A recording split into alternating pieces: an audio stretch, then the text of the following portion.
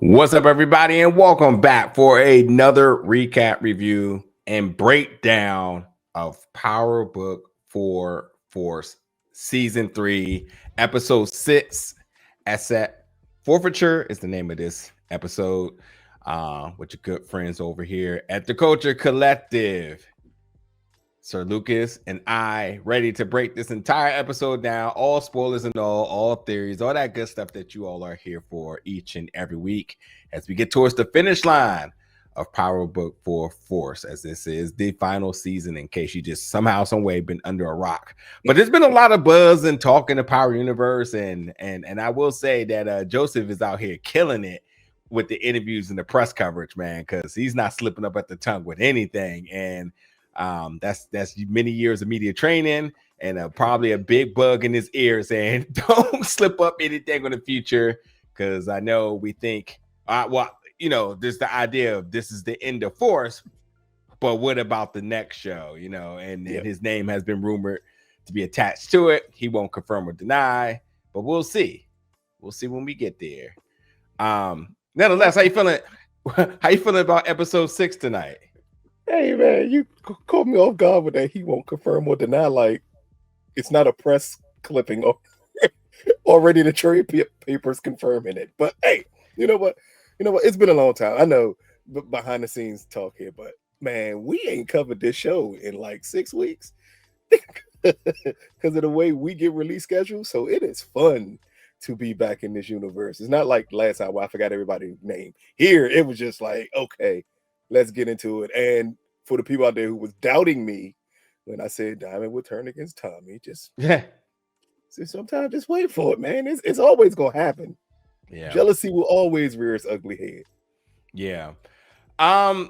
Before we get into tonight's episode, as always, we bring the goods, the treats, and all that good stuff for the additional coverage. So step over to the channel. Interview right now is available with Miss Miryea Garcia herself, or Tommy Egan at some point, maybe, right? Carmela Zambado to talk all things Miryea and the future of her, Tommy, that baby, and what's to come for this season. So we'll see that some really, really, first of all, super strong episode for her, but some really pivotal moments in terms of Tommy's future. Other thing I will say is I don't know what song that is in the end credits, but I was kind of digging that. I put the Shazam on that joint quick. Nothing popped up, so I'm just going to guess this is some local, Chicago talent. Yeah, there's a couple of them in this episode that catch you off guard. A little joke when they was eating the burgers around the bed. I'm like, it's a smooth little jump right there. Yeah. So once again, they always kill it with the music, and Big Tank, does what he does best, especially in this genre, making sure the hits deliver each and every episode, each and every series, each and every title, whatever they put him on, he gonna do what he got to do. But yeah, that's definitely some bangers this season, and definitely this episode. But anyway, let's just get right into it, because this is episode 6, so we have just crossed over halfway through this season. Is it 6 or 8 this season? It's 10. It's 10 episodes. Yeah. What do I mean 6? Is it 8 or 10 was the question. There's 10. There's 10 episodes. The final episode will premiere January 16th. I don't think we have a break. Nope, doesn't look like it. So yeah, each and every week. Weekend. Oh, wow. Each and every week we got, This will be the first time they managed to pull off one without no break. Oh, that's a lot. Between 9 and 10 is a break. January 2nd to January 16th. There you go. All right, let's get into it. And folks, like, comment, subscribe, be a part of the conversation, whether you're watching us immediately after the episode air for the premiere, or you're coming back getting a replay once the episode is fully went through. Be a part of the conversation. We'll be down there to chat. I'm going to be down there to chat. Y'all bust his balls and tell him to get down there too, because I be seeing comments directed right towards you, and you just be looking at them from the rafters like, I see that. I be looking at them like Sting. Yeah, my bad. I'm gonna correct myself. I've been in Derry for about 10 weeks. I'm back though. I'm back now. Okay. So just wondering. I no better time than the final season, Hey, I'm normally down in there at least a little bit, but at the Culture Collective, we have so much going on here. But we love our fans, and I do love interacting with majority of you all.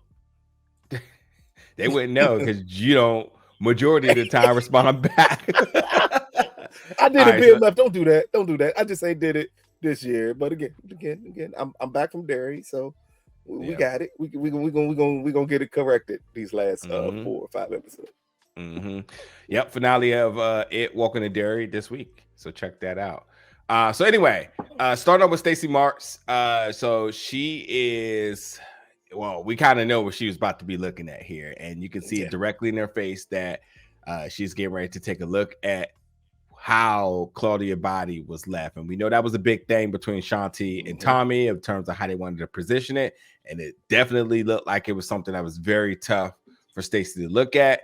And in that, we do see something that definitely doesn't look like just a normal murder. You know, they wanted to stage it that way, and they did. And they also left a rat there, which, you know, metaphorically was meaning that she got exposed for her collaboration with Stacy, which you could only imagine the ripple effect from this point.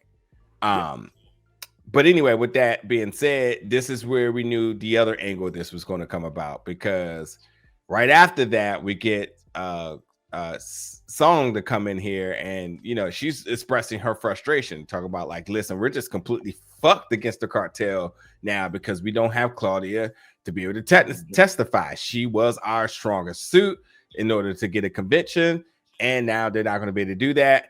And of course, you already know that Song was going to show a side of, oh man, what are we going to do, to immediately being very happy because we all know who he's working with, who's on the inside. So while this wasn't necessarily something that he had planned, it turns out that it worked in his favor. It is interesting, I think, through this episode, how we kind of see benefits of folks with each other in ways they wasn't expecting it to happen. This was one where Tommy benefited the cartel, which is clearly not something that he would have wanted to do. But I think a lot of those shifting things are going to come to fruition come next episode. You want to comment? I'm about to say, you went somewhere where I thought you was going to go somewhere else with that, which is the play on the dirty cops in this episode and the way they played them two off of each other. Because here, again, this is just another aspect of both of them being caught up in something. You know, Stacy is grieving everything that happened with Claudia because she knows she's responsible for it in a way. And we have Sung on the other side loving this because he knows this needed to happen for the criminal he's reporting to. So it's just great the way they're playing these two as being polar opposites, neither one of them knowing exactly that the other one is dirty. But we do hear suspicion arising. But in this opening scene, just the way they played it off of each other is what made this great. Stacy being extremely emotional and Sung being extremely happy over the exact same death. Yeah. And for me, man, I've always been a day one Claudia fan. And you know, we're just about at the finish line of this series. So, you know, if she was going to have a death, I was desiring it to have major impacts. And I think it definitely did. And I think we're just getting started with the ripple effects of things to come with it. But anyway, we go back to Tommy and Miryea, and Tommy's is asking about the dinner with her and her brother that's supposed to be happening soon. But he can sense that something's off with her. And with that, you know, she kind of plays it off, but just come to sort of, you know, a quick response of like, it's just going to be a busy day.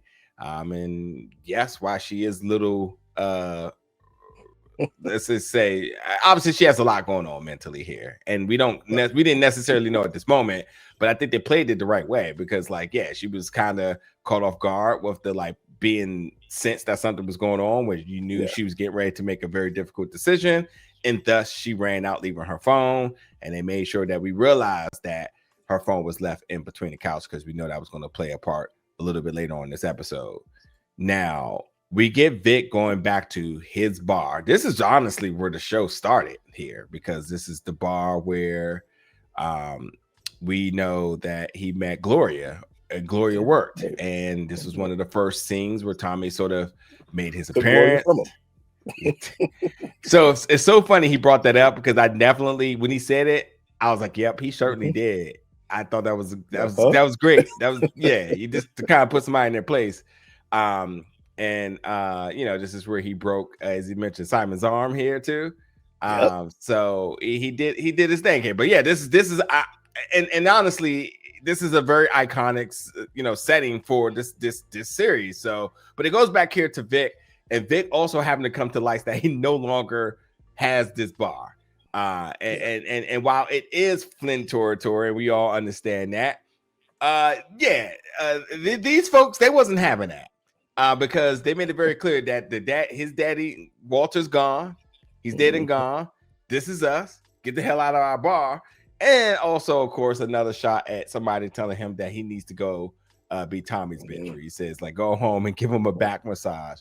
But after that, Vic goes outside with the his Irish followers, and he says they got a plan. And immediately while that happened, Vic then now gets the news that Claudia had been killed, and it has reached mainstream media at this point. And we see Vic sort of go into a little, like a little moment of silence. Like, it's not so easily able to detect how he's processing it, but he immediately shut down from this whole, caring about the bar and everything else. Yeah, like this whole vengeance plan. Exactly. So he walked off with no word. So yeah, what did you make of that moment of like sort of Vic getting that news? Did you feel something, anything abnormal here or what? No, but it plays on what happened in the last scene that we saw with Claudia and Vic when she was leaving the penthouse, and she brings up that she still loved them and like we're still family in the end. And I think that's what's weighing here on Vic is that I knew she was going to die because I knew the plan, but that doesn't mean I'm happy about it. That doesn't mean I'm settled with it. And this is just that kind of regret of what could have been. What would have things been like if they stuck together after Walter died? How would things have been if the plan that she was to run everything, how would that have worked? I think a lot of things is rumbling in Vic's head here at the same moment of him having to deal with Tommy giving away his family's bar. And as he's exiting, these people being in his family's bars when you get the news that your sister died, like that's a lot to hit you at one time. And they do a good job of this episode of not having Vic be super emotional about it, but still reflective on everything that's happened. And I think that's what makes this such a strong scene to open up with, because other than that, you didn't want him to be cold-hearted here, be like, man, I don't give a fuck about her. Nah, this is more of, okay, I'm getting this news. She's actually gone. How am I processing this? Yeah. I think that's the great element of this scene is that processing moments that we get to see Vic in. I mean, at the end of the day, I could get that there's a lot of money businesses and business moves happening, but siblings are still siblings. And I mean, that's just a dynamic that we've seen all through Power, but also through every element on every show with siblings in forever in mankind in everybody's full personal life. You can hate your sibling all you want. And yes, we've seen siblings have ill fates towards one another, but at the end of the day, they're sitting back and they're processing either like what had to be done in sort of a somber moment or whatever, or it's just a measure of vast regret. But there's definitely nobody who's and I know you all are going to dig deep and say, oh, well, what about this? But like 99% of the chances. Yeah, I don't, unless you're like going back to Godfather 2. But he even felt it when he killed Fredo. Like, he didn't want to have to do it. Yeah. Or Power's the perfect example of it. Yeah. Ghost and Tommy were brothers. He literally was attempting to kill Ghost. Yeah. But got extremely sad and reflective the moment Ghost died. Yeah. Like, it's more that sense where, hey, you try to kill me. I'm trying to kill you. You got to go. But the moment that realization hit that they're gone, everything changes. Yeah. Because then now it's like, this is not what I'm not getting the pleasure that I thought I was going to get out of this. Because in the end, all I'm thinking about is that my brother or sister is gone. Yeah. Yeah. So now we are we go to Diamond now. We see all the table gums that they collected from the Yardies hit that they just did. And with this now we get our first of a few disagreements between Tommy and Diamond, where of course Diamond want to know why he wasn't involved with the Claudia dump. Well, Tommy did call him, so in this rate, and just give me a moment, but I'm definitely gonna throw it to you here. But he said he tried to call you, but you were too busy with your brother with that. And then at the same time, he proceeded to continue the ball busting by saying, "But you also went to Che and had a meet with your brother. You did the Yardies thing with your brother, and you didn't tell me." And he said, "Don't let it happen again, D." Kind of sunned him there. But anyway, with that, they're taking a look at the guns. We see that Tommy picks up the golden gun, the Desert Eagle here. And what's interesting about this is I think those guns aren't just a show of like flexing, but I feel like those guns are going to have like the transition of those guns. Yeah, I feel like the transition of those guns are going to like through who they're passing through is going to have a say by the end of the season, because you just don't have golden guns without it being for a reason, you know. And other than that, there's no purpose of having a golden gun. Yeah, it don't shoot better. It works most likely. And it's just the Yardies at the end of the day. It's not like this is some type of like, you know, trophy from like one of the big cartels or anything. But that's no here or there. But anyway, they also did come make sure it's very clear that both of these moves will not come back to CBI at all. But now the argument becomes about what to do with the guns, because while Diamond is looking to take the guns and equip all his folks, which is definitely something that Jenard is on board with as well too. Well, Tommy has other plans. He's looking to use it to sweeten the deal with the Assyrians. And if he can get them on board and get them away from Miguel, it obviously strengthens the coalition. It weakens Miguel. They're able to get more product. They're able to distribute more product, so they obviously get to be better on Che's side, and they also get to dry Miguel out.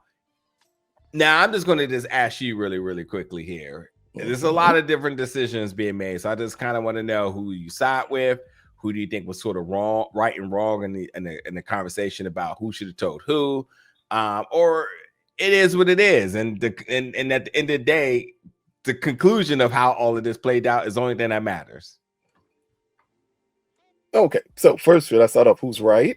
Because it's Tommy. Like we're not even gonna beat around the bush. Who's right here? This is the easiest who's right in the world.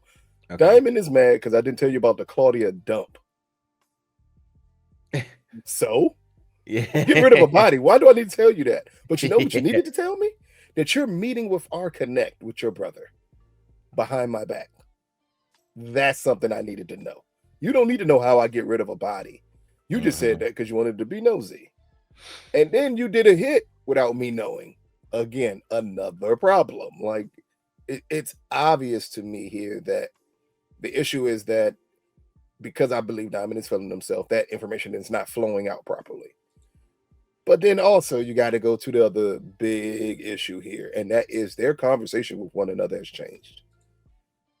When Diamond brought up those guns and Tommy said, "What's good for the coalition is good for business," and then Tommy said, "Because I am the coalition." I said he was going to do it, and I said Tommy's going to lay down a law and say, "Nigga, this is mine." Was he wrong? Was he wrong with that statement? Absolutely not. Absolutely not. Absolutely not. You could be mad. You could, hey, as the old folks say, and pardon my language, anybody could be offended here. You could be mad when I put my dick on the table, but you can still acknowledge I was right for doing it. That's all it is here. Like, you can say, man, I don't like that you did that. As Diamond eventually said, when Tommy reworded it to make Diamond feel better, but he reworded it by saying the exact same thing. And we understand like this is the way Tommy operates. I said before, like it's gonna come to a point where Tommy's gonna realize I don't need you. And I think it's getting closer and closer to that point where Tommy's realizing I don't need you. It's just that Diamond is helping speed it all up. Yeah. Yeah, I agree. I agree with every sentiment that you had there. And yeah, I'm more or less intrigued to see how this is gonna play out because I know a lot of the words sound kind of tough or kind of sound kind of provoking, but I also know that Diamond knows exactly the truth behind what's being said. Yeah, like you can be petty and upset because I didn't tell you I dumped the body. I don't think there's been any situation when anybody has ever said I dumped the body. Just in case That's you what need made to no know. sense. Yeah, that's a DMAC comment, to be honest. Like, like, okay, good for you, you know. But yeah, and the coalition was absolutely Tommy's idea. There was not a such thing. Diamond fought against it. That's he not did.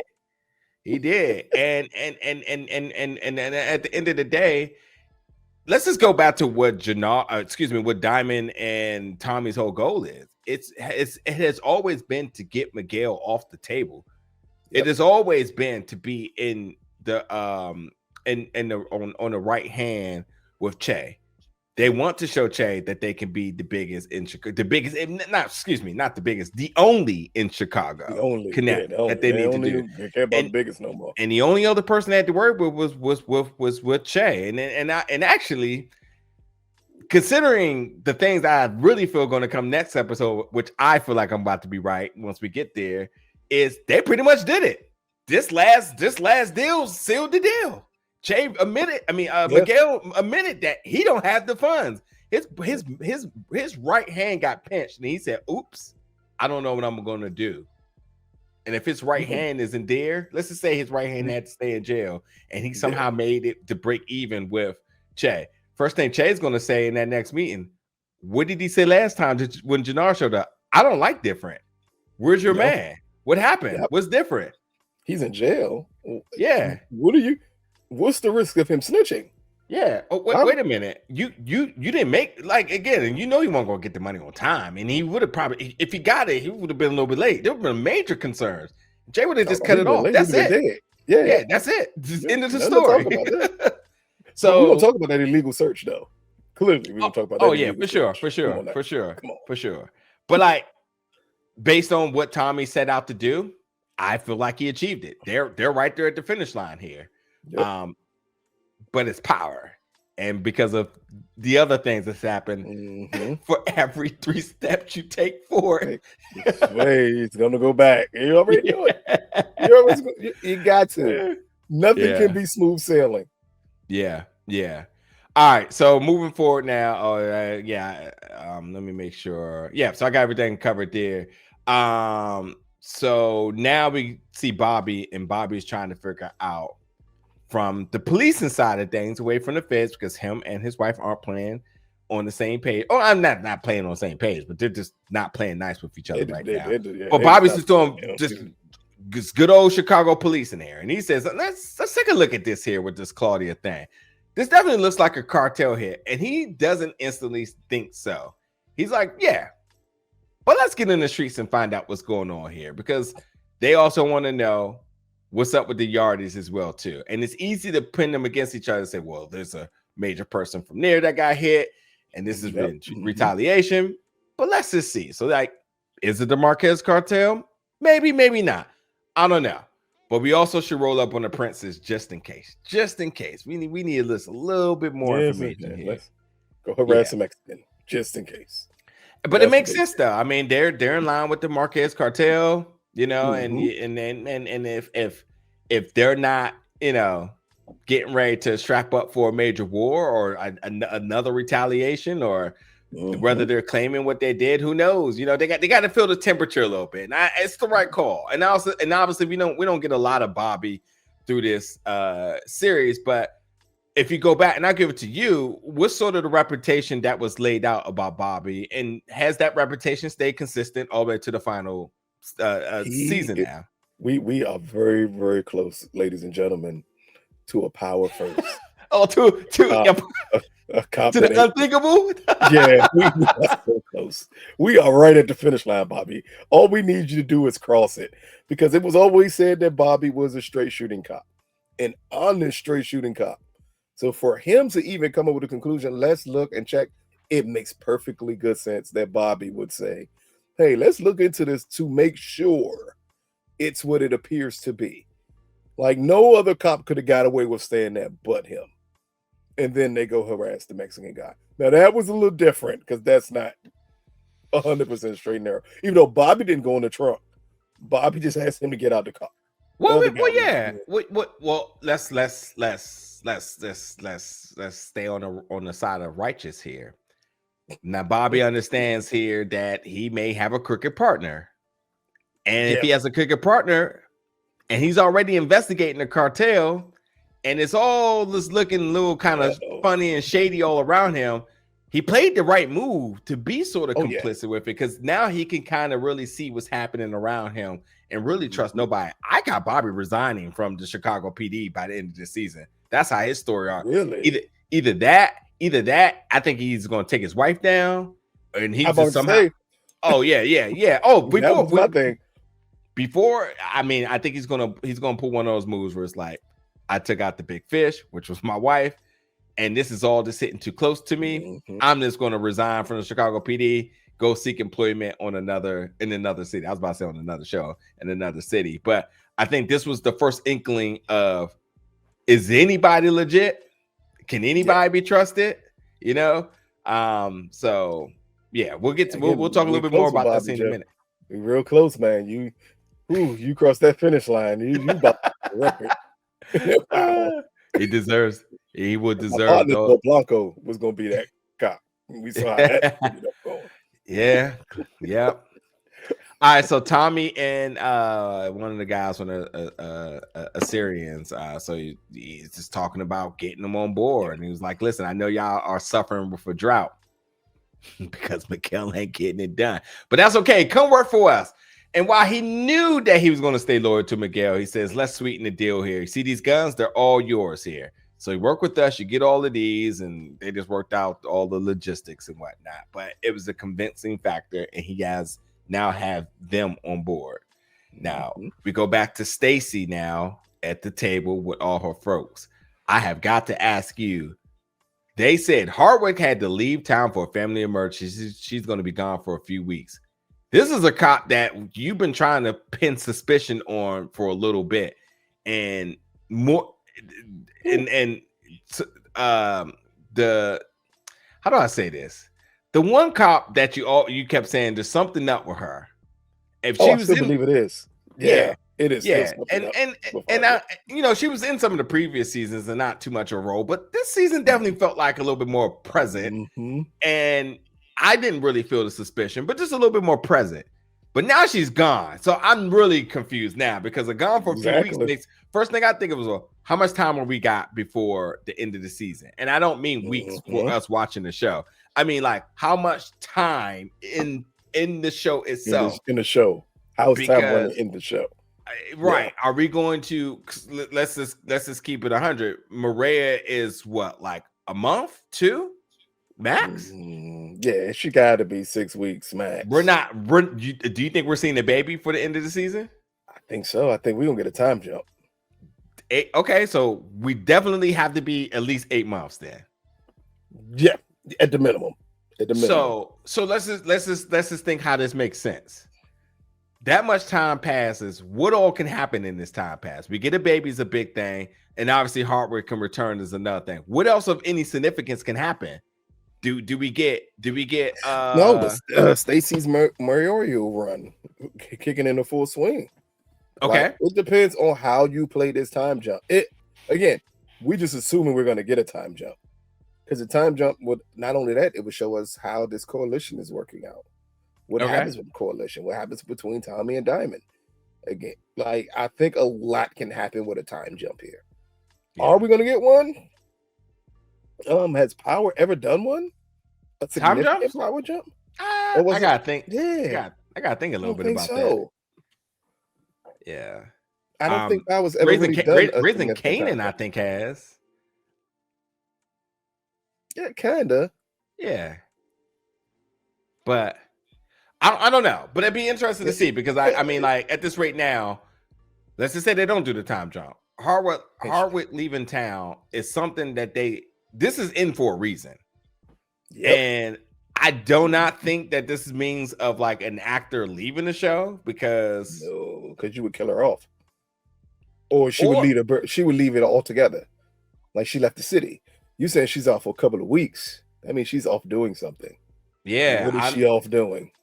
Yeah, I don't know. Y'all let us know in the comments if y'all think this And is then a you're big bringing this little deal, cop. the little deal. Is this like, are we overreacting? Like, what are y'all making of this? Because there's something of this, and I really don't have anything for it. Like, she returns from what? Did she go to another city that has something to do with the Power Universe? And if she did, why? Did she go? Scenes, did she go undercover? Yep. Yeah, you know, and if she's going undercover for who, what, when, where, and why, and could she possibly be? Oh, I'm thinking now. Could she actually? Could Stacy be on to sing here? That's what sing. I say song. Yeah, whatever. Could she be? Sing song. Yeah, sing song. Too young. Okay, too far. But could she be on to him? Like, that's what I'm thinking. And the best way to have a good cop work is behind the scenes, where you don't have to go in that office every day, but you can run paperwork, you can run wiretaps, you can run his financial records. Because remember, whatever's going on with him and his sister, which is also something that only got brought up once. Power don't bring up things just one time for no reason. Is she looking into the actions of him and his sister? And Stacy's like, hey, you just got to take off a while so we can pretend like you're gone while you're doing all of this. Yeah, maybe we'll see. But y'all let us know. But anyway, moving forward, they get a new detective in Delgado. So he joins, and now everybody just wants to kind of evaluate just really how bad the situation is, and it is really bad. And because now that Claudia is gone, Elise is gone, Ortega's not going to do it. What are they going to do? And obviously, you know, Stacy needs this because she needs to pin the big one in order to really solidify this mayor run. But also at the same time, too, what are the cards left on the table? And of course, the only obvious answer is Tommy here, but that's not a choice for her, considering if you bring Tommy in, that's too close for a call there. But anyway, they say they don't think it's Tommy. The rap was a message. And also, once again, her and Singh are just bumping heads because obviously he's in protection of Ortega. She's in self-preservation because she's trying to save herself and Tommy. Yeah. But yeah, no sleep for the weary, because immediately at that, does her secretary come in and let her know that Donna Jackson from the DMC is here, which means she might want to go and in this meeting and go answer to her boss as of right now. Her boss. So we'll come back to that in a minute. But anyway, we get Che, Tommy, and Miguel because it's not an episode. We don't have the three of them meeting. And Tommy's asking for double. Miguel very casually like, nah, we'll just take the usual here. Yeah. But Tommy makes it clear that they have the Assyrians now that they left for the op. So he's obviously not even playing fair. Che gets it. He looks over okay. But at the end of the day, Che ain't worried about it because Tommy is delivering the moolah. And that's all he cares about here. Yeah. So all business. Y'all can swap as much as y'all want to between each other. As long as that person's still buying from me, I can still on my team. But Miguel definitely looks stressed when all of this is happening. But then after that, they say, listen now, or Tommy needs to check in with Shanti, and then and Vic. And Vic is going to be the one to keep him up with all the next moves that Stacy makes, so that he's ahead of the curve because he knows something is coming soon because of the Claudia situation. Now we get Stacy and Donna, and she basically makes it very clear: if you're gonna win this mayor race, you need to find out who killed Claudia. Top priority. And of course, she sends out a text saying we need to meet next or meet ASAP, which we all know went to Vic. Of course. Now Bobby and we see Cruz driving, and then he gets pulled over by Bobby and his corrupt BFF of a cop. Exactly. And Bobby's just doing a little bit of policing, man. And you tell me if I'm wrong. Bobby pulls him over. Where you going? What you doing? We just need some answers about the Yardies. What do you know? And Cruz. I'm so mad you said doing a little policing. Like, that's okay. To be like, hey, that's where you going. Like, I'm just gonna ask an honest question. What? Don't I gotta answer you. Hey, listen, I ain't saying this right, but if the shoe fits, if it quacks like a duck, looks like a duck, it's a duck. And he's doing policing. Whether y'all saying it's good policing or bad policing, it's policing. Because that's yeah. So, you want to know a little bit about the Yardies, and of course, his trigger happy, ultra policing BFF over there isn't he's not here for nothing of no measure of hesitation. He's ready to get his hands dirty by any means. And with Cruz honestly playing it how it is, and obviously trying to prevent them from, and let's just be honest, Cruz also knew his rights too. Like, all right, yeah, I'm not getting out, I ain't doing anything wrong. Nothing's going on. Haven't even asked me for my license and registration. You just out here asking for a little bit of information. Exactly. Probably just let it pass and whatnot. No, you can't get them going to my trunk. Are you crazy? But of course, we all knew how this was going to play out because it was very clear that his overly anxious, or anxious, what's the word I'm looking for here? No, anxious is a good word there. Okay, he was anxious to do everything that he did in this episode. Yeah. So what did you? Yes.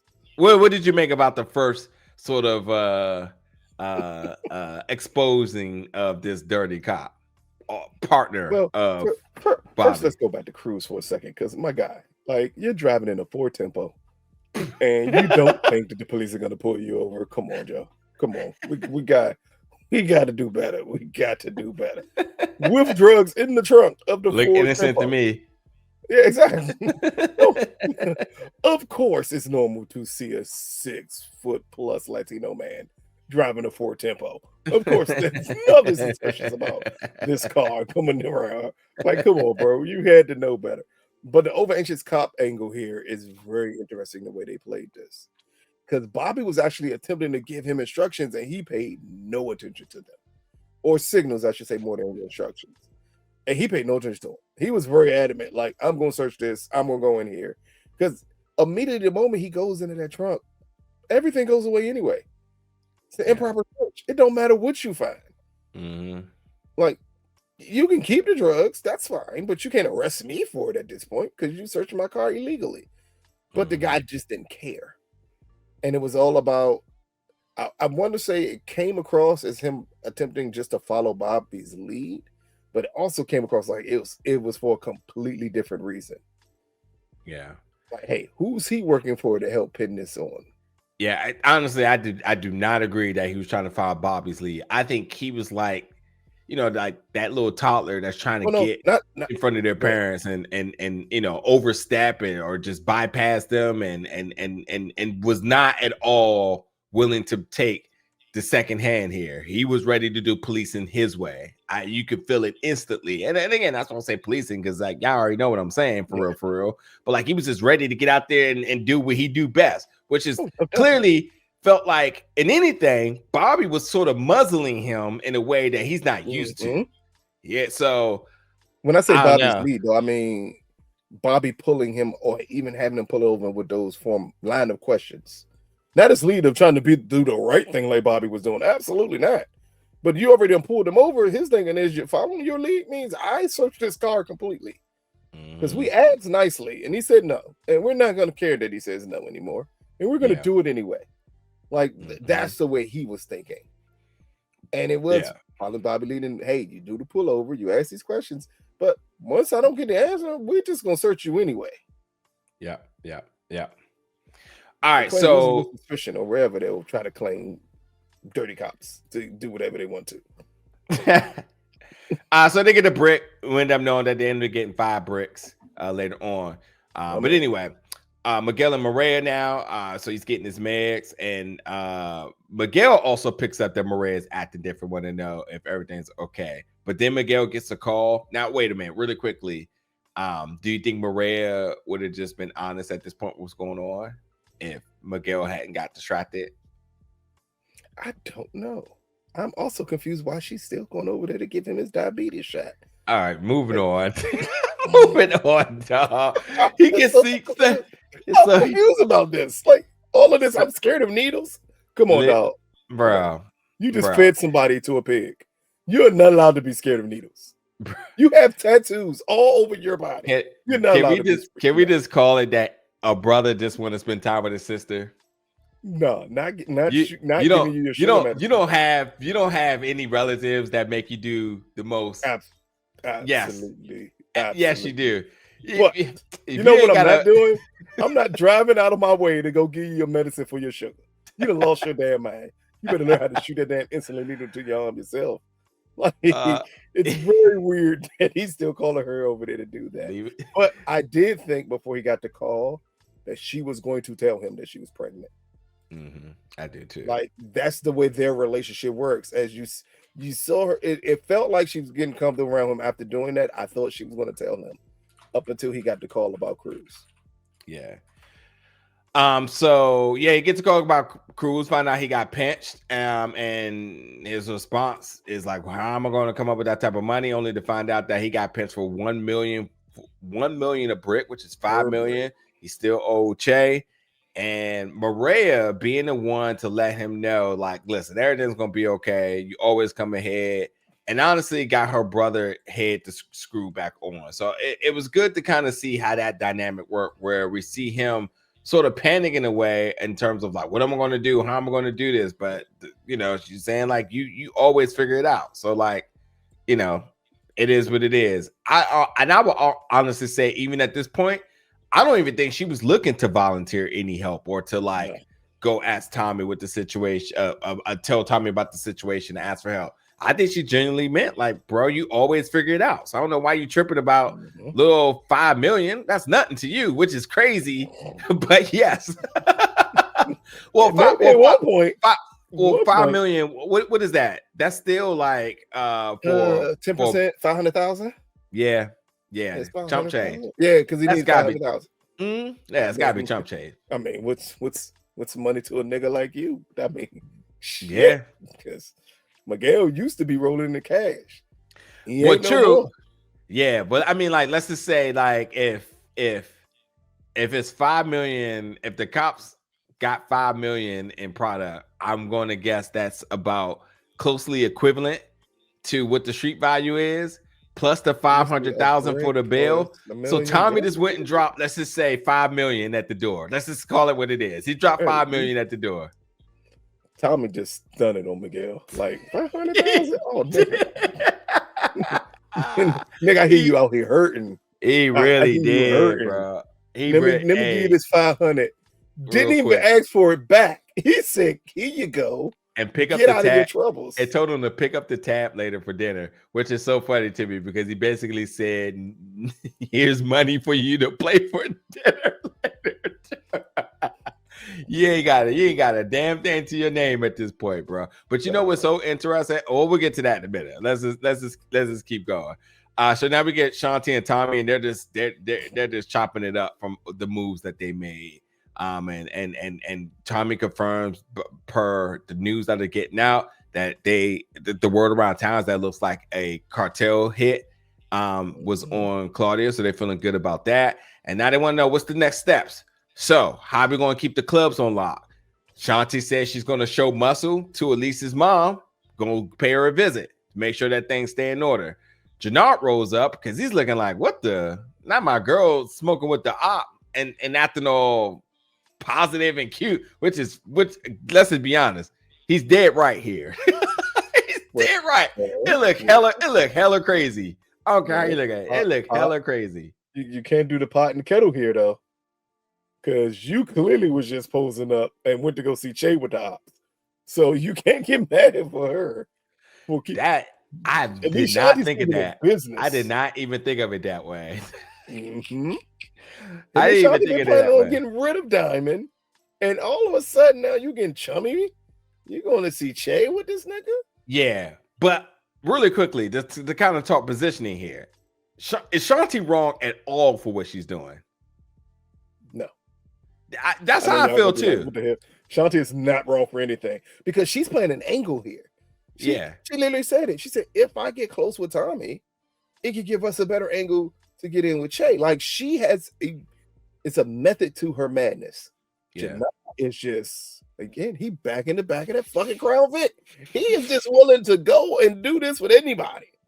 He like a neighborhood hoe. This nigga will get in the back seat with anybody at this point, Joe.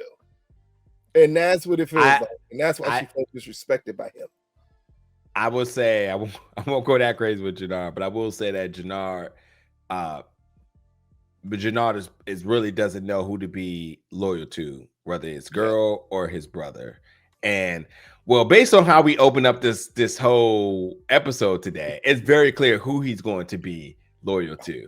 And we talk about the breadcrumbs for the ultimate, moment of flipping. This was one. This was definitely one. But I think there was two this episode, but this was definitely the first one here. But anyway, after that, Jenard rolls up, obviously, like, what the fuck?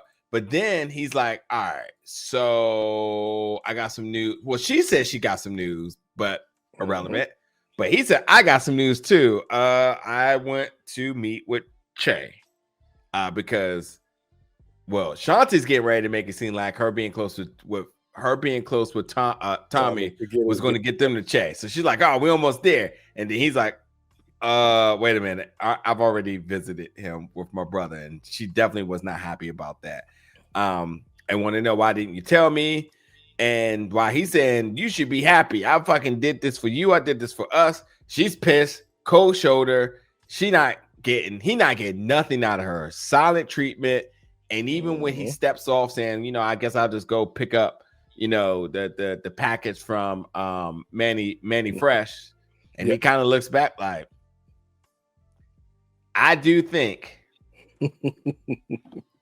I don't think he regrets what he did, but I definitely think that the loyalty meter is flipping way more towards his brother now, because I do think in sort of this sort of agreement and establishment that they've had, that they both are making difficult decisions on both ends. And that ain't difficult in the sense of morale. It's difficult in terms of the ripple effects each decision makes. The closer she gets to Tommy, is that not a position she might just want to just solidify going forward? He trusts her, and they're making moves, and they're making money, and he's even empowering her even more. I mean, at least being off the map makes her directly overseeing that club, there, which could have been an issue before because Claudia was around, but now Claudia's gone. That just opens it up right there. And you want to talk about the trust that you may get with Tommy with Che? Well, she's right. She might actually get it at some point, considering what she has access to, and she can keep it on lock. And honestly, to not be on Tommy's bad side by any means, because he hasn't shown a flex of muscle to her. He's on board with what's happening. It's not a bad position. Or do she go back with the whole loving basketball of drugs with Jenard and pursuing their path of greatness together, where they really have way too many obstacles, from taking Tommy off the board, taking Diamond off the board. You're gonna really take your brother off the board? We're gonna run CBI. We're gonna run the coalition. We're gonna be in front of Che. He's gonna respect us. You think all that's gonna happen and it's just gonna be all fine and dandy? No. This is right like when Sanaa Lathan and Brown Sugar tried to get Tay Diggs from his wife.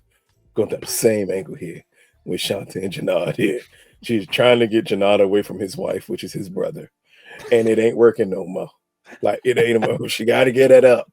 That dream is now over here. And I think the weird part is, it seems like from a business standpoint, it works so much better with her and Tommy. Yeah. Like, Tommy fully trusts her because I think he knows she's going to handle business no matter what. Yeah. Yeah. And they think alike. Like, it works better with them two doing business.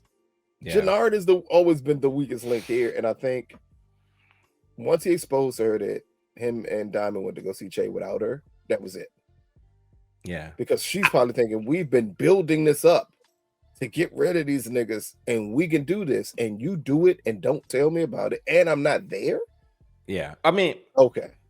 Jenard is a charity case for her, but also a liability at the same token. And I get it. They can be in love. They can have these big dreams and aspirations. But at the end of the day, you gotta kind of assess, like, is this for my best benefit going forward? Exactly. And when you constantly have to tell your man about the decisions that he's making are bad decisions, when she's kind of been on the mark for being reputable, for making good decisions, for being a formidable force. When she got first introduced, it was a big deal. It was like, nah, Shanti runs, I don't know, let's just say the West. And they was like, all right, well, we need to go see what she is. And she wasn't like son. They was like, no, we want to work with you. They looked at her more as an equal. But with Jenard, as we seen, especially by Manny a couple episodes ago, 2 episodes or last episode, whatever it was, that's not a good look for her. And I, you know, when we had a chance to talk to her, I asked her what was the most important thing to her, and it is her image. It is absolutely her image in these streets. Do you hear from the actor herself? She told you. Yeah, because everything else falls in line. She's not going out here and her name be money in the streets, and she expect to be able to conduct business, run these clubs, be feared. If she's always going to be known to be with that crackhead, that's a liability. That's out here robbing Ray J just running around every damn way. You can't have your little Ray J running around everywhere, Joe. Yeah, that is very cut that funny. nigga off Honestly, I wouldn't mind seeing Ray J on one of these shows, bro. Like at this rate. You know what? Legend. That's all they just give him anything. Don't even give him a script. Just say, hey, just go out there and just do whatever you need to do. So yeah. I'm definitely interested in seeing, and like let's just call it what it is. This is episode 6. I don't think any bodies have dropped this episode. Nobody's dropped this episode. I don't even think we were close to a body dropping. And I'm saying there's a lot of action happening. Well, no important body drop. It definitely was a bodies drop this episode in the bar, and true that X moment. True. So it clearly was bodies drop. Yeah, they have no significance. But I mean, like, this episode is really setting up a lot of conflicts for the next few episodes here, which is great. Because, like, again, a lot of the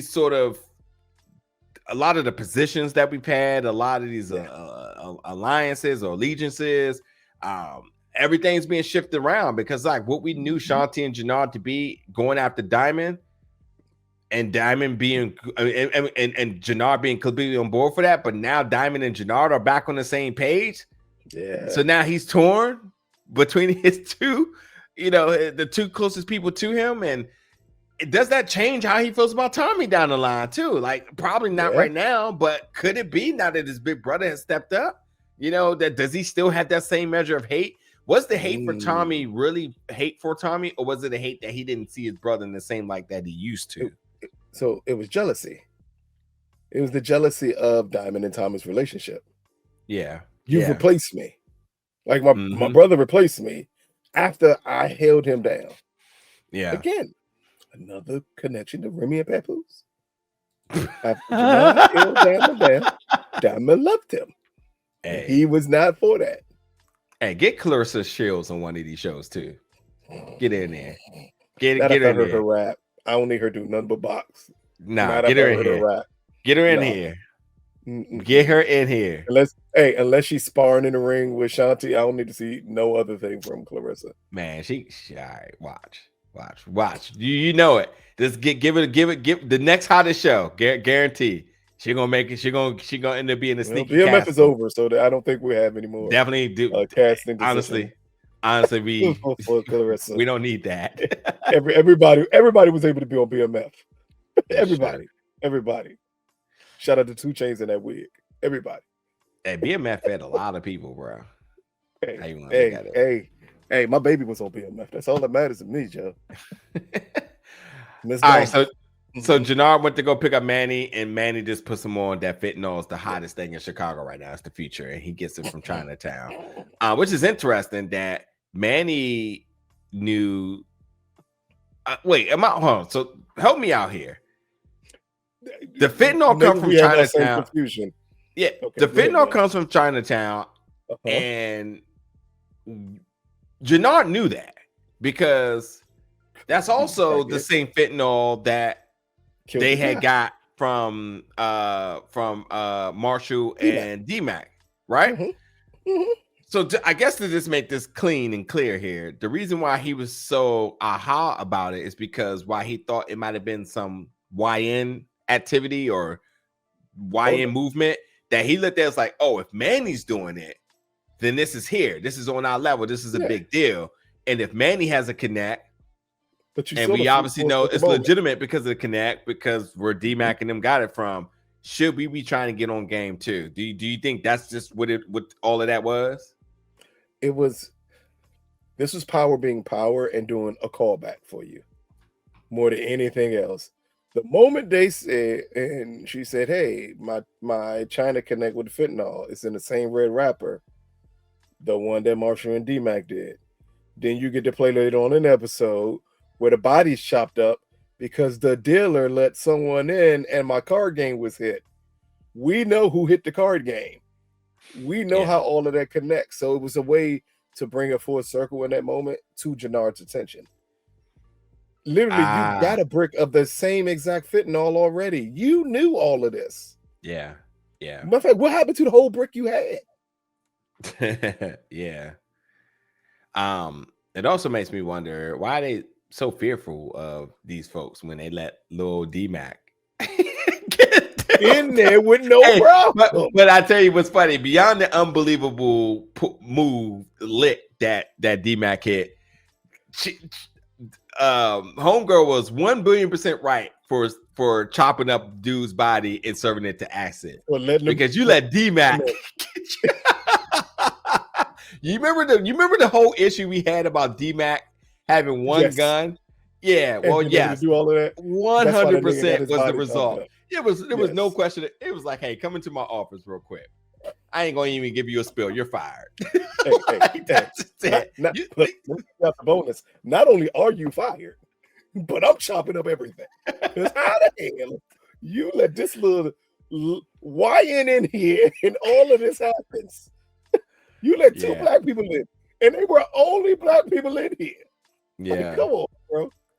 I ain't saying I'm racist, but if I was Asian in the Asian establishment and I get robbed on the same day, the only two black people entering my establishment, you know who did it? The two black people. Yeah, and I'm sure they wanted to say that too, but maybe the writers were like, you know what? We're going to give the stereotypical response here a breath. So anyway, we get Vic now at the penthouse with his girl Ray. And Vic is obviously bothered about his sister's death. He has to plan the funeral. But at the end of the day, he says, you know, he's gonna make some moves, but you know, it'd be better if she doesn't know. But with that being said, well, now it's time for Tommy to appear in the penthouse. Now, in case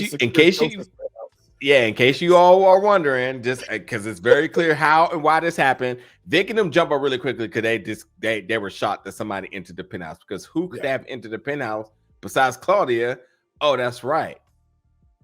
Tommy has Claudia keys, which helped him to enter the penthouse. But anyway, what was interesting that while Ray was leaving, Vic paid her like a prostitute. And I don't know if that a strategy so that nobody thinks that he has anybody close to him. And it looked apparent like Tommy was going to be able to make an observation as to who she was, but it wasn't. It was like, oh, Vic, I didn't know you was into those type of women. Which in fact, she's a prostitute. Yeah. So he honestly +1 for Vic and how he covered this up. Yeah.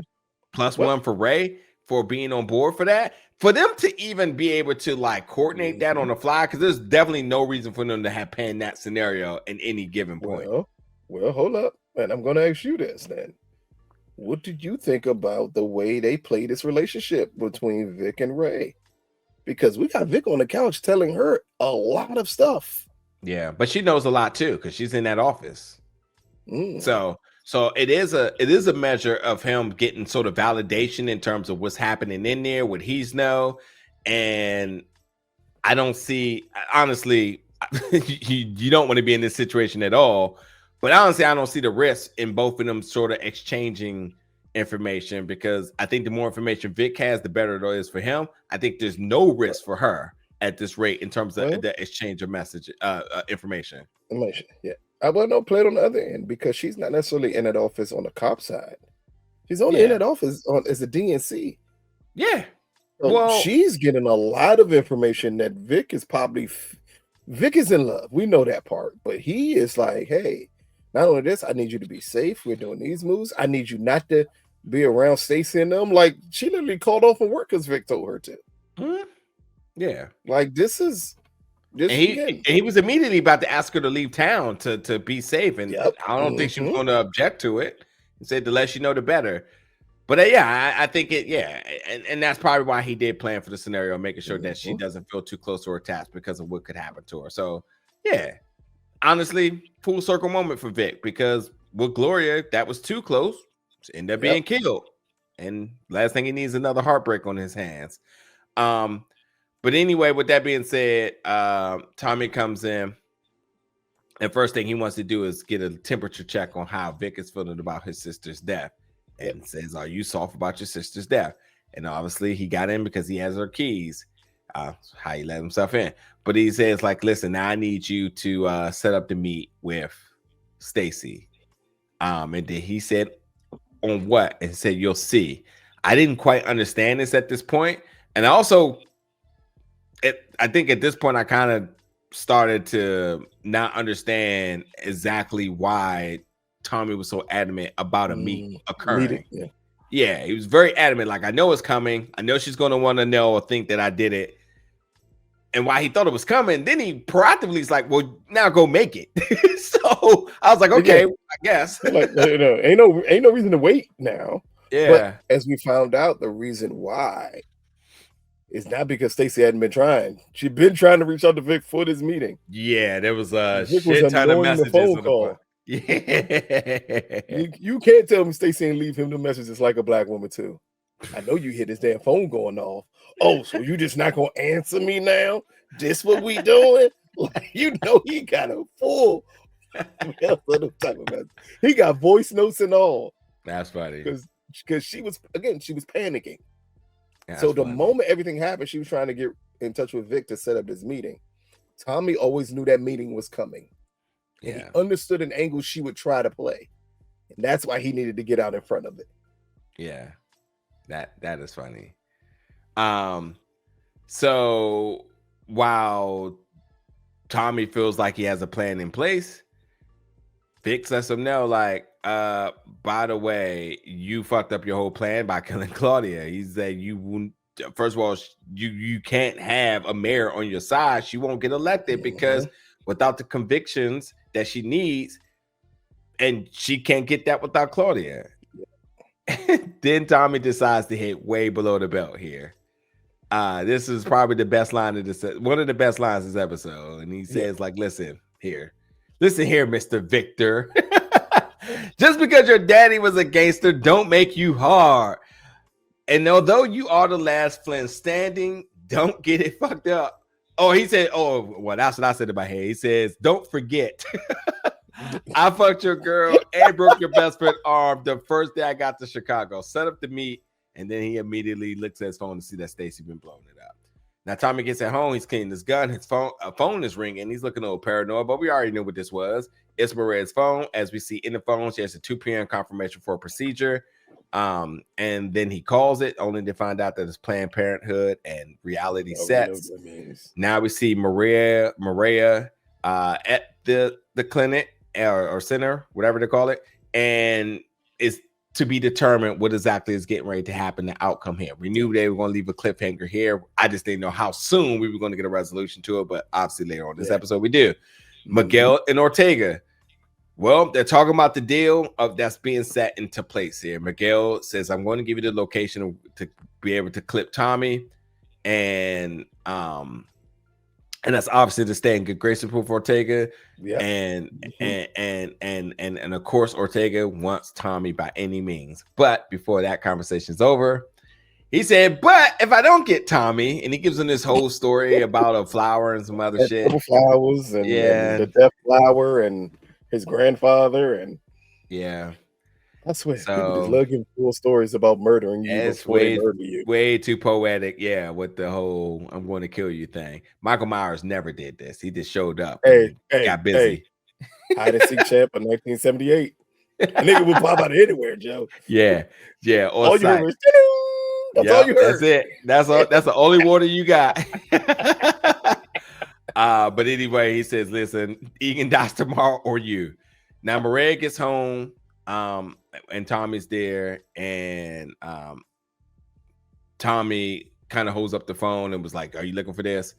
And Tom, this is a very interesting little moment here because Tommy looks at her and was like, "Listen, I get if you didn't want it, but why didn't you come home to talk to me about it first?"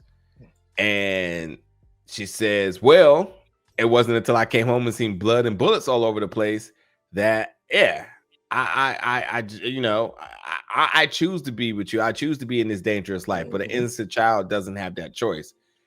And folks may be aware of this callback here because it's one of the most iconic moments in Tommy's story arc. Is Tommy putting his hands towards her neck? And yes, if you don't recall exactly what that is the strangulation of Holly back in the day, who was also pregnant. I don't know exactly why. I mean, I get the callback and I get sort of how there's a correlation just here. That moment. Yeah, it's just, but he was enraged with Holly because she was overstepping. Plus, she was being very triggering because she was basically she was snitching at this point, wasn't she? Yeah. Well, it wasn't even. I wouldn't even say it was so much snitching. I can't fully recall, and y'all can just help us in the comment. But I definitely know she was revealing way more information than she should have had. She was eavesdropping, and she was coming way too involved in the capacity that was a liability to not only him but to Ghost and everything that was involved. And I do remember that much because I do say, like, the one thing about Holly, which I really loved the Holly character, was that Holly was somebody that was working in the club that didn't have any family, and she was just trying to find her way and giving a purpose. When she got with Tommy, she got family, she got purpose. And then because of the scope of everything that comes with Tommy, she was like, "Oh man, I could be really good at this." Now, y'all tell me if y'all ain't never met somebody that was the soul for you, that they were just willing to be the biggest fan of your Commanders or your Dallas Cowboys, and they ain't never watched a game in their life, but they went and bought jerseys. They got the Air Force. Ain't nothing worse. Yep. The motherfucker that becomes your biggest fan. Like, bitch, if you just don't give me a second to breathe, damn. Like, I don't need you to be my biggest fan, Joe. All love to the supporters out there, the people and their partners. But yeah, I'm trying to tell you that 0 to 100 is no one's rooting for that. Everything I love. I need you not to. No one likes everything I like, and you don't need to pretend like you do. But that was the Holly essential story. But so with Tommy putting the hand to her neck, it's the callback to that moment. But I don't think it's the same emotions, and it clearly isn't the same results here because that's what I was he definitely sits there and it's more enduring. They definitely played it up the way to make you feel like, oh shit, is he about to snap? But there was not even a drop of anger or rage here like he had with Holly. But he says, "I'm in love with you no matter what, and whatever you choose to do, I'm going to support that." And so on. And then she says, "I couldn't do it. I want to have this baby." And then Tommy's happy because he's going to be a father, and he wants everybody's happy. The whole mood has changed. And Miryea also said something that was super important too, because Miryea said, "I never thought I could have a baby being in the Garcia family." She, in a way, she just was kind of isolated, overly protected. You know, big brother Miguel had her on lockdown, so she never thought she could be with anybody because, of course, that family, and it ain't just Miguel, by the way. I'm sure that goes all the way up the ladder that they never thought anybody could be good enough for. Plus, on top of that, too, what does a person look like dating Miryea? Because the moment they find out throughout the family, they're a liability, and one little mess up. We heard it said throughout the entire time was that no one could be with her because Miguel would kill him. Yeah. So clearly it was always a situation that Miguel would kill the person who would be or even attempt to be with his sister. And I think that plays back on it's multiple moments in that scene between Tommy and Miryea that plays as a callback, but just from a different angle, just to be more touching, to show that those moments also don't have to be the worst of times. The whole conversation about the baby with Miryea was, I want to say, reminiscent of, what was it? Not another girl being pregnant, but it was another time where Tommy was talking with a woman about having a child. And it's the Keisha was thing. it Keisha? Yeah. So hold on. Let me because hold that point for 1 second, because that's what's interesting about Miryea's comments. Miryea felt so isolated and felt like she didn't have anybody. And she says with Tommy, she feels like she has family. We have to also remember what got Tommy to Chicago in the first place.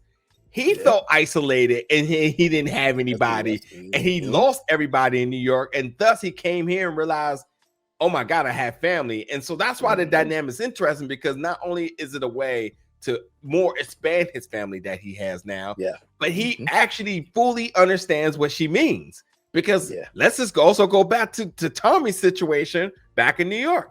He didn't have the girl, he didn't have the family per se, because you had Ghost with the wife, with the kids, with the business, and he's just the side, the secondhand man. And yes, I know y'all gonna say that's his family, but y'all know that he was yearning for love this entire time. That's why every girl that jumped in front of him, Tommy, 0 to 100, Holly, Keisha. I know there's got to be somebody else in there, but Miryea now, and I think that Miryea, Gloria, and now that Miryea is somebody that he really can see himself in.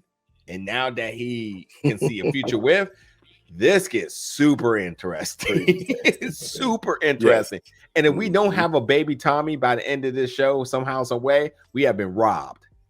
Or Miryea needs to die. I'm not. So there's two things I'm just not on board with for the rest of it, for the rest of the show, and definitely for no shows, period. I don't feel like animals need to die to somehow, some way elevate any moment in human interaction. I'm just over that. That's John Wick. We ended it with John Wick. That was the I'm just done with that. And I also think that killing pregnant people is just, what's the point? That's never going to be in. You better be. It's just what's the point? Because it's always the Steven Seagal moment of a show. The moment the pregnant woman dies, it's above the law. That's above the law. When his wife was killed, in the bedroom, yeah, you gotta have those moments. I'm not saying it's necessary here. Especially it's something. If you're not going to show us a baby Tommy, it can only be because she's not around. Meaning, this has to play. It has to play its course out. We already seen Tommy. We've already seen Tommy lose it all. We already seen him win on Rage. We already seen him lose out on the child. We just don't need it again. You need him to have that moment here. Yeah, that's why I stopped giving the Facebook group chats ammunition here of saying she needs to die, because they'll just keep praising that and praising that. It just doesn't make it.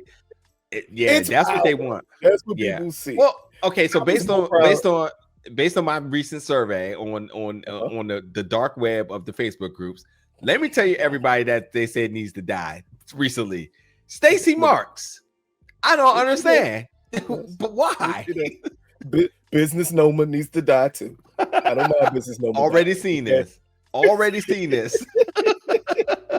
They don't like Stacy, so that's why they need her to die. Okay, that's all that is. They just don't like Stacy. That's why they need her to die. Yeah. I mean, again, only way I would say something about us losing the character Miryea is if we don't get the baby at the end, because then you got to justify not getting the baby at the end. And the only way you do is if she loses the baby or she dies, or she leaves town. Like I feel like I think they would still do something to show the baby. Even if Miryea left, I think you would see something with a baby being born. They wouldn't just leave it out there. That's what I mean by if you don't see it at all. It would have to be because of that. I'm not saying it should happen, because Tommy has worked way too hard to me at this point to not have this kid happen. He even gave the black man speech. Normally it's in reverse. We do that speech to make her have the, procedure, but he did it not even knowing him, just thinking she did it. That, man, it's just me and you. I don't even care about that. I don't care. Your body, your word. I don't care what you do, but I'm just here for you. Like, that's the normal speech you give. Yeah.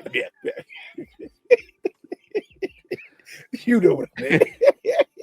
The ones when you don't really want her to have or go through. But you Okay, trying to but don't. push her But to yeah, the but that's thing. that's not at all what he's saying. That's not at all. Huh? Like he Oh really, he no, but genuinely, yeah, it's I mean it's legit though the same speech. yeah. It's legit the same speech that you give, and you'd be like, because I just care about you. I don't. It's your decision. I'm in love with you. I don't care Let, what you do. You let, say let, all of that in hopes that she'd be like, you know what? Then I think we should just go through with it, and we get to know each other better. You'd be like, yes. That I'm just being honest here. I just want to say, like, if I just think that killing people off, it always has to make sense. And if you kill a woman and her baby, that's 2 characters per se. It has to make sense. And if you're going to do such, then just don't appease the fans that think power is just only about people dying. Because that I think that just it's just a disservice to actual good writing, where you actually are intrigued about the things that are happening with this character, not that everybody fates this ends with a bullet. That's just kind of copy and paste at this rate. I'm not going to jump in front of it because I do think that the way my mind works, a very interesting thing did pop up, and it would lead to the appearance of Miryea and the baby dying. But it would only be for them to go somewhere where they would be protected. Okay. Because to me, if someone's coming after Miguel, they could come after his whole family.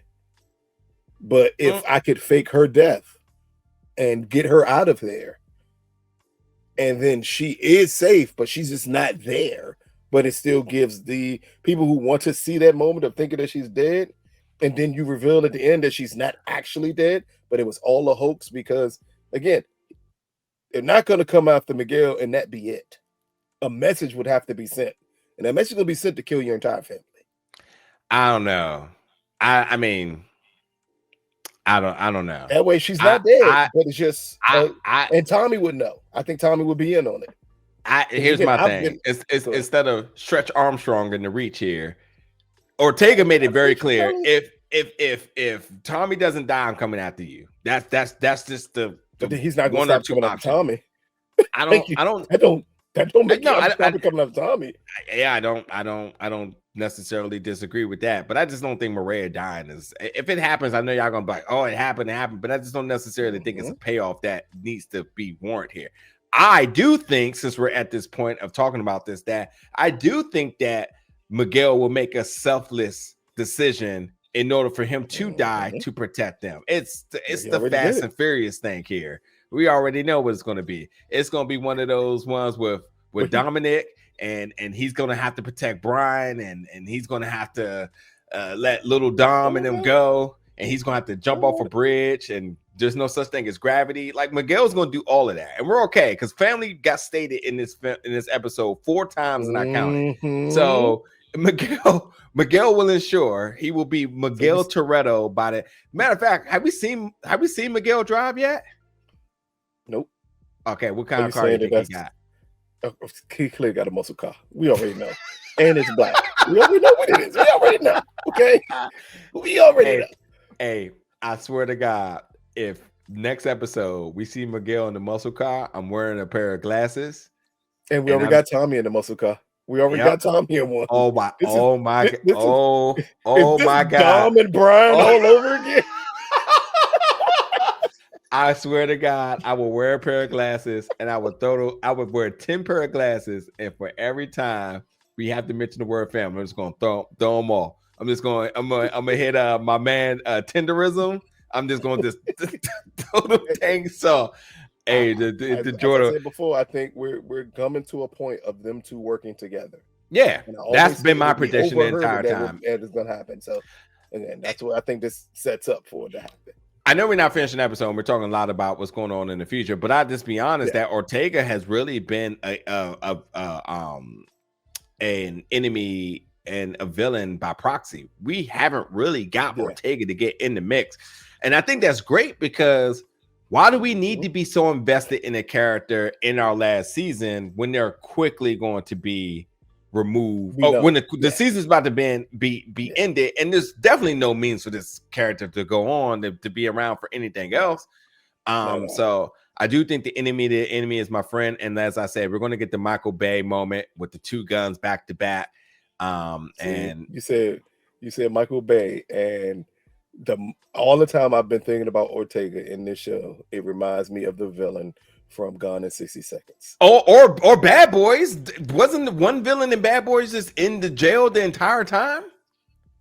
Wasn't that the Bad Boys 4, which is actually 3? Bad Boys for Life, which was actually 3. Oh, the woman, yes. I had to think, like, damn, yeah, Bad Boys 3 or 4.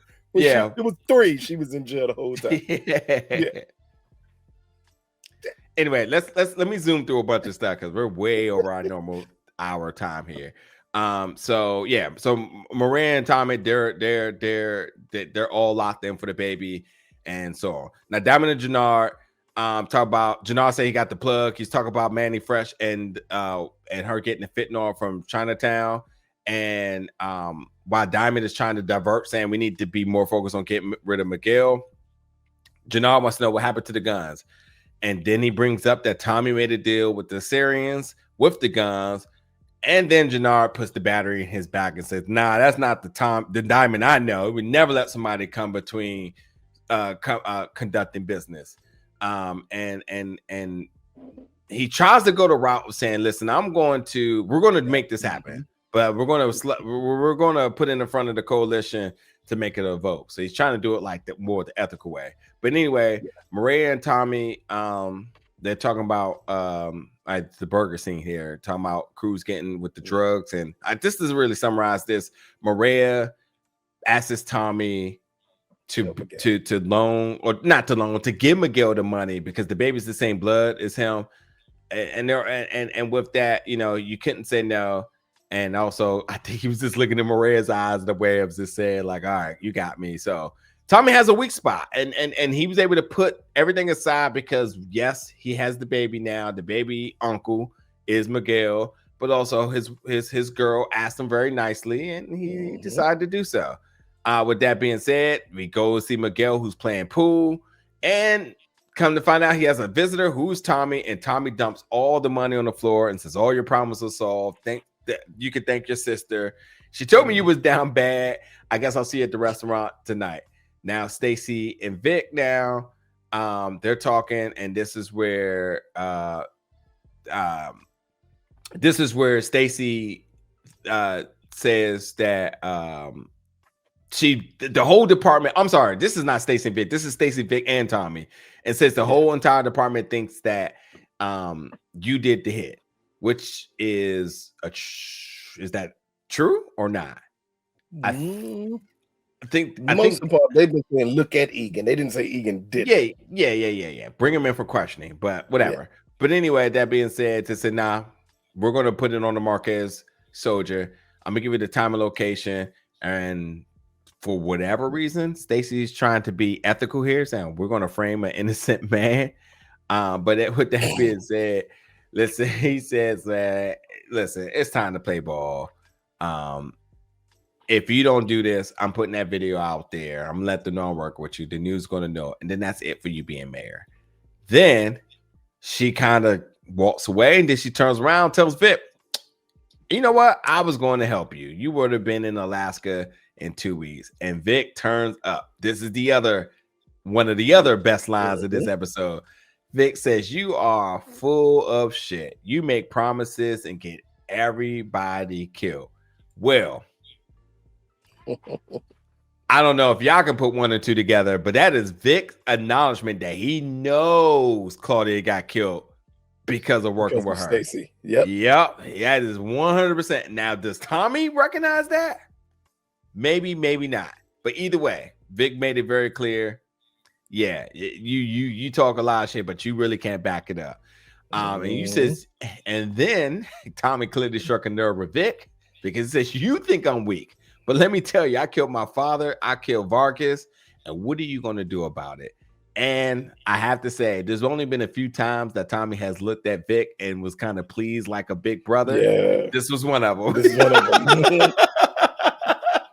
And of course, everybody, they got what they wanted. And Stacy says, what's the address? Now D-Mac's talking to his girl. I don't know if there's anything to make about the D-Mac and this girl scenes besides D-Mac girl wants D-Mac to consider going to school. She wants to go to Spelman, but she clearly don't have like the funds to do so.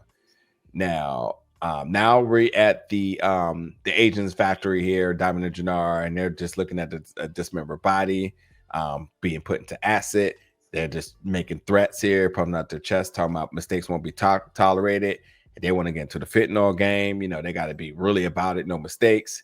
And then they just decide they're going to talk numbers. And obviously, yes, as we said earlier, this is the scene. This is the scene where they acknowledge why this person being put in acid because of the security guard not being security for D-Mac. And his shenanigans when he hit that dice game. Speaking of D-Mac, aka Spider-Man out here. Hey, I was about to call him YM Morales. The moment he jumped,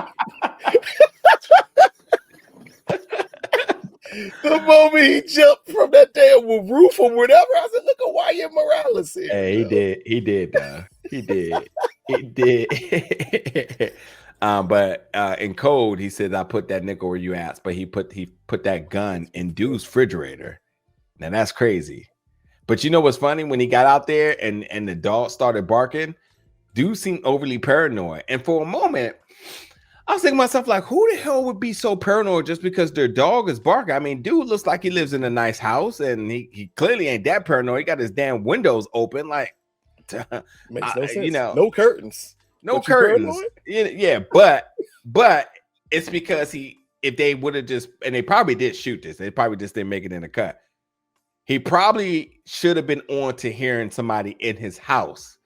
And that measure of paranoid made him paranoid enough to go outside. Yeah. That could have been an extra 10 minutes, or I'm sorry, 10 minutes, 10 seconds 10 at seconds. it. I'm showing that would have just made that make sense. Cause I'm like, who the fuck comes out like, is this Metal Gear Solid? Like, you heard a little thing and he's looking around like, I heard something. Yeah. Like, what is going on right now? But yeah, that's what it was. We just had to, put one and two together there. But yeah, D-Mac put the gun in Dude's refrigerator, which we know happens later because next we get Miguel and Cruz wanted to know how did he do it. And he said Egan gave him the money. And while Cruz kind of questioned, does that mean he's off the board now? Like, are we not taking him out? He says, nah, he'll still be dead in a few hours. And we still get to keep the cash and give Che his money. So we're going to be all whole again. And then we get CBI, a little meet now. Well, just Jenard, Diamond, and whatever cuz name is. They're talking about during expansion mode.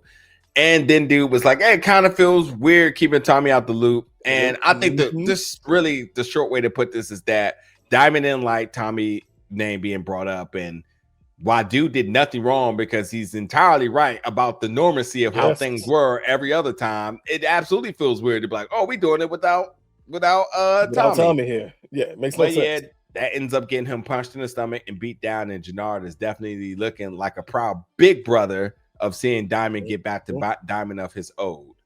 Now, and he definitely snapped for whatever it's worth. Now we get D-Mac and his girl again, which for whatever reason, they got two scenes where they probably should have just gave us one and then actually made D-Mac in that house scene a little longer, if you ask me. Yeah, but unnecessary sex scene powers ever done. Or you beat me to the punch. You beat me to the punch. I was gonna say, I thought you said the most unnecessary scene either. I was gonna say, or was there a contract clause that had needed to be executed here in the STARZ moment got implemented? Never felt so dirty watching a sex scene out of a Power universe. I'm like, these are children. That's all I kept thinking. This is wrong. Granted, they are not children. Yeah, and they are adults. And it's no worse than what Tariq was doing in Powerful Ghosts for years in school. But this just didn't feel right. But it didn't feel right because it felt unnecessary. Yeah. But I mean, I don't know. D-Mac and this girl are locked in. That's all that is. So we just, no more disagreements about. Yeah. He gonna go to Morehouse. They gonna work it out. Yeah. Yeah. All right. So now we get back to the Flynn's bar. Bullets are flying. And I guess they just make a big enough threat to make them move out of the bar. So it looks like Vic and the boys are going to be reclaiming their spot the next episode. Now, I guess we all knew it was Vic. Yeah, it's clearly Vic. Yeah, but why even wear a mask if everybody knew who it was? It makes no sense. Like, literally no sense. But I don't think they're going to lead them getting the bar back. I do think this is going to lead to a lot of them dying, though. Oh, okay. Well, I mean, I would like to see more Irish on turf since they got so much of a following. He said, "Go get the boys," and did he bring 2 extra people? It ain't that many of them left.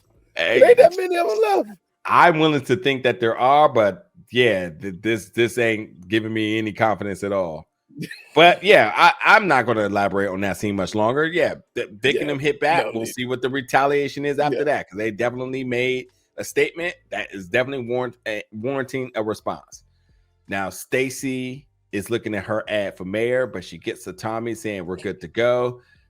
That then lets Stacy know that she can get things going on her end to get the anonymous tip, and that sends them to the person's house. They get the gun.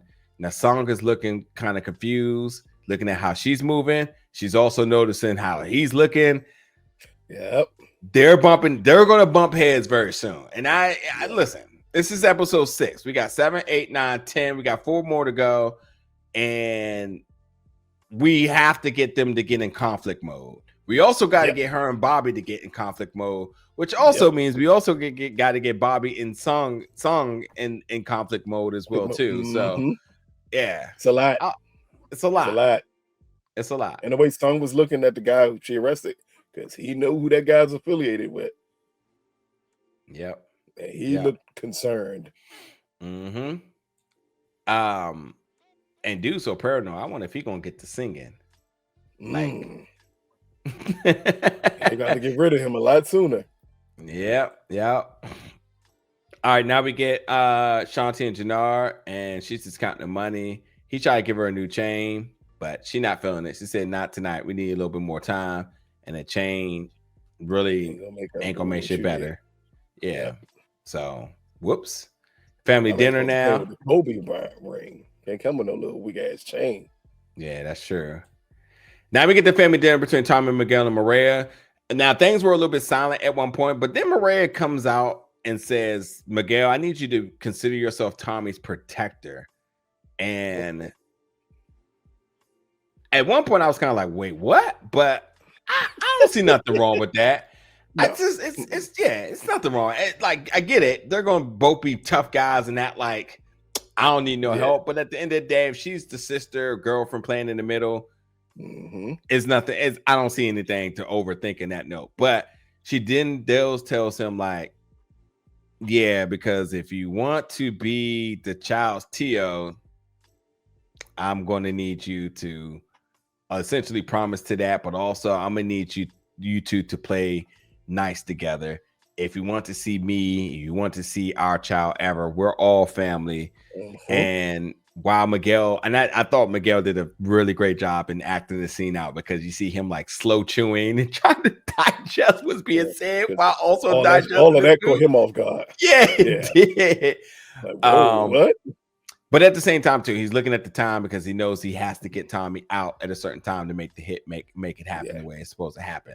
But at the end of the day, while Tommy is getting ready to try to leave, coincidentally, Miguel's also kind of like, no, wait, stay. Talk to me a little bit longer. He's obviously trying to protect them. And he even said, stay for me. And I don't know if Tommy picked up on that. And I don't, and that's the one thing about this entire series that that's why I enjoy like doing these shows, because I don't think in this entire series do we ever get a moment of little things like that where we're like, I wonder if that character picked up on it, and they actually do emphasize if they did or didn't.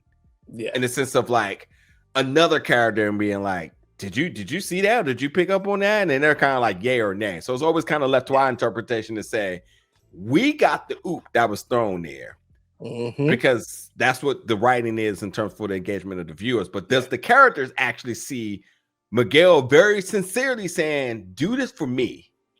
And that there's layers to that, because he's saying do that for me, because he's basically saying do it for me because I need my sister I need you alive. And I'm not going to admit that I made a mistake here or knew what was happening here, but need you like, to stay here, so I just need you to nothing stay happens here. to you. Exactly. So like, listen, man. What's the name of that movie? Let me look it up real quick. I believe it's called Two Guns. Yeah, that's it. And Mark Wahlberg.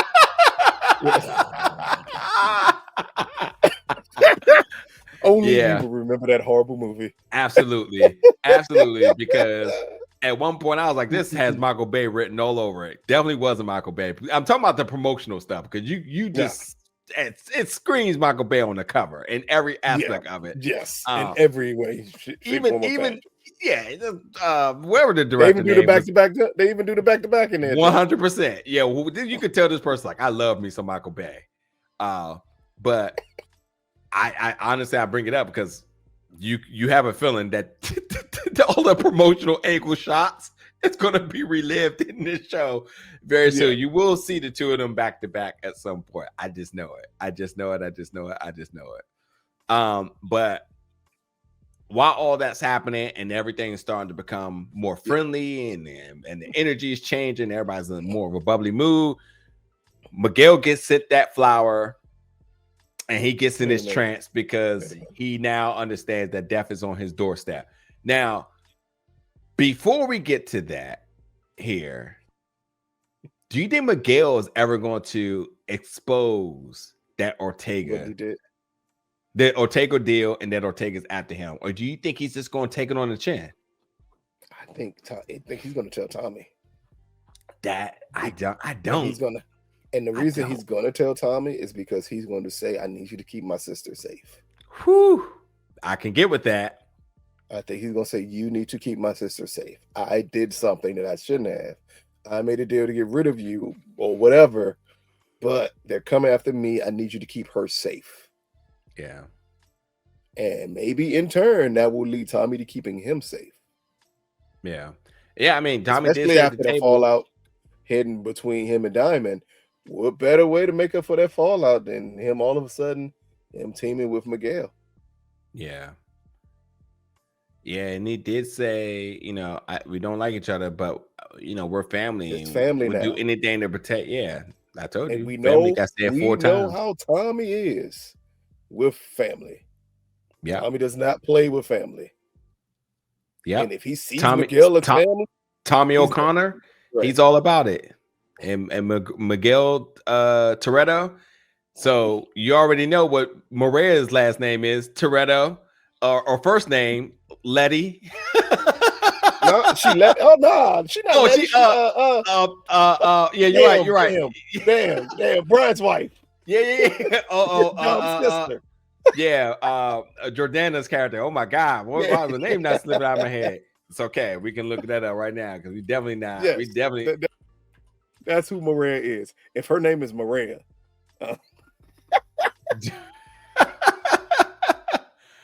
Mia. There we go. Miryea. Yeah, we there. we there. But yeah, Tyrese. Like, what are we doing? Did you say Shanti's Tyrese? Not Jenard, not Diamond. No, not Jenard or Diamond.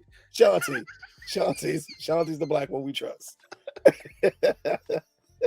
That is so wild. That is the wildest thing you've ever said. But yeah, it is going to be interesting to see how that works out. And honestly, it's going to be interesting to see like if everybody just plays good and Diamond and Che and Diamond, Tommy, and Miguel all goes to see Che all holding hands. Is there a possibility that happens? Tommy and Miguel seeing Che holding hands? Maybe. Yeah, I can see Tommy and Miguel holding hands, but like Diamond too.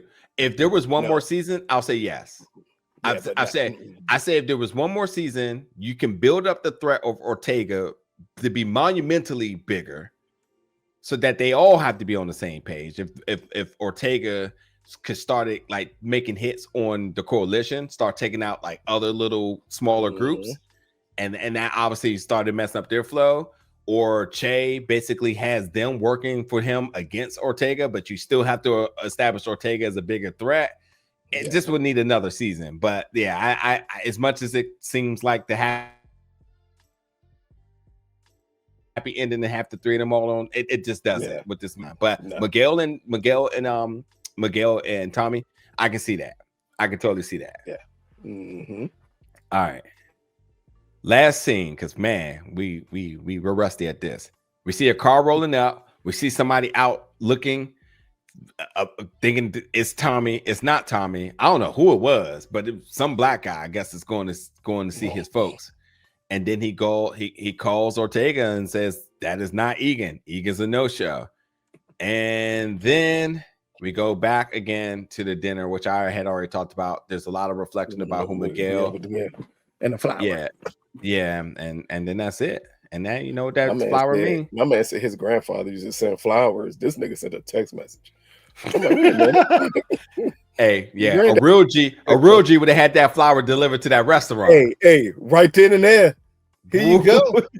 Here you go. A whole bouquet of the motherfuckers, Joe. So you know. Mm-hmm. Yeah.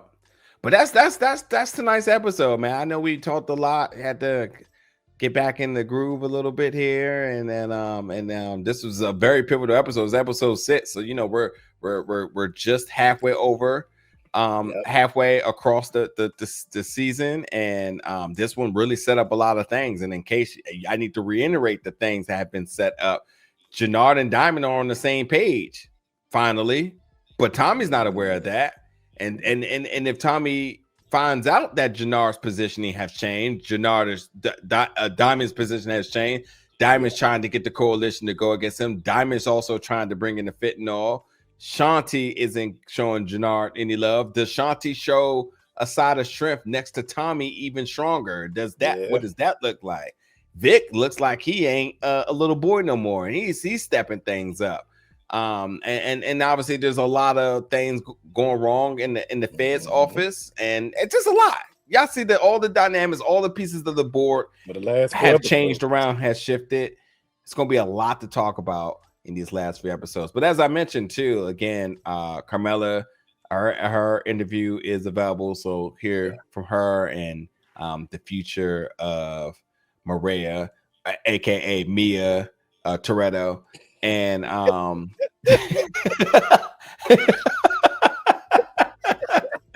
it's so much more to come. So much more to come. I promise you, so much more to come. But that's it, y'all. If y'all rocked up with us this entire episode all the way through, y'all are some real ones. Let us know in the chat right now if you watched the whole way through, no breaks, no nothing. You were on your ride to work, or you was listening while you was at work, or you stayed up all night and watched it, whatever it may be. Let us know. Hey man, that's an hour and 40 minutes. Oh, sorry, y'all. Man. We sorry. We back to the hour program next week. But yeah, y'all let us know in the comments. Y'all like and subscribe, because we want to make sure we get the maximum viewership for these episodes, these final episodes, and all the other content that we got coming up in Power Book 4 Force. We're not done. I know the season's getting close to the end, but we're not done. We got so much more to talk about, and so much more in the world of Power you'll see coming soon. But until then, folks, y'all, we appreciate y'all watching. We'll see y'all back next week for another recap, review, breakdown show here at the Culture Collective.